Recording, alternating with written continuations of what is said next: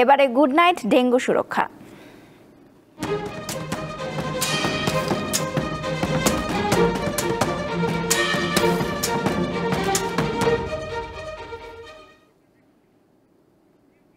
চলতি বছর এখন পর্যন্ত ডেঙ্গুতে মৃত্যু বেশি হয়েছে জুলাই ও আগস্ট মাসে, আক্রান্তের সংখ্যাও বেশি।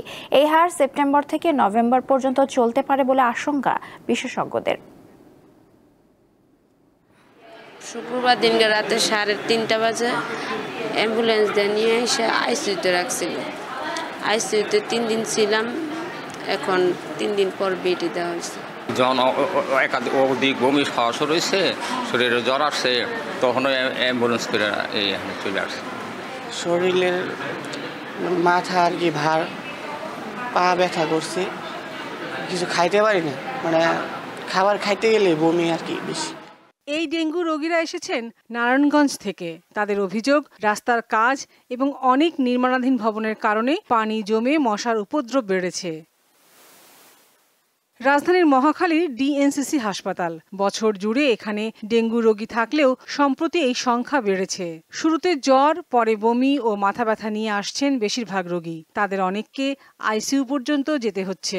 ডেঙ্গুর কমপ্লিকেশন সাধারণত আফটার রিমিশন অফ ফিভার, জ্বর যখন চলে যায় তখন থেকে শুরু হয় এবং পরবর্তী 48 থেকে 72 ঘন্টা এটা কিন্তু সবচেয়ে রিস্কি। আমরা বলি চোখ লাল হয়ে যাওয়া, নাক বা নাড়ি দিয়ে রক্তক্ষরণ হওয়া, শরীরে বিভিন্ন জায়গায় লাল লাল ছোপ বা র্যাশ তৈরি হওয়া এবং ইউরিন বা স্টুলের কালার চেঞ্জ করে হয়ে যাওয়া, এটা লাল বা কালো দুটোই হতে পারে। বৈশ্বিক উষ্ণায়নের কারণে এডিস মশার প্রজনন বৃদ্ধি হচ্ছে বলে জানান বিশেষজ্ঞরা।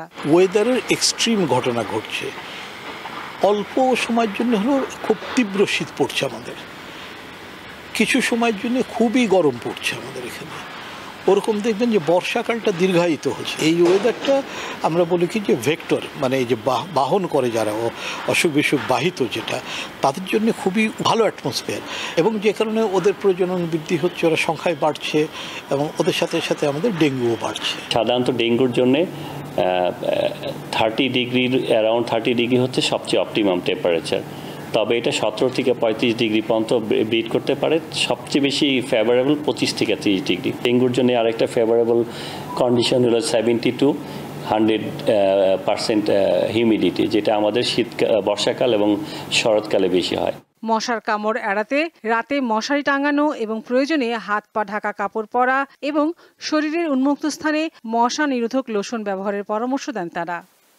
ডেঙ্গু চিকিৎসার জন্য বিশেষায়িত এই হাসপাতালটিতে আগস্ট মাস থেকে বাড়তে শুরু করেছে রোগীর সংখ্যা।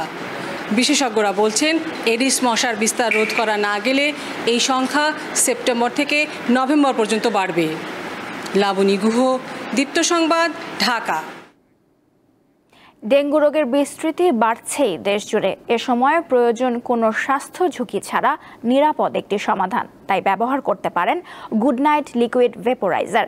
এটি মশা তাড়ায় আর ধোঁয়া ছাড়াই আপনাকে এবং আপনার পরিবারকে রাখবে ডেঙ্গু থেকে সুরক্ষিত।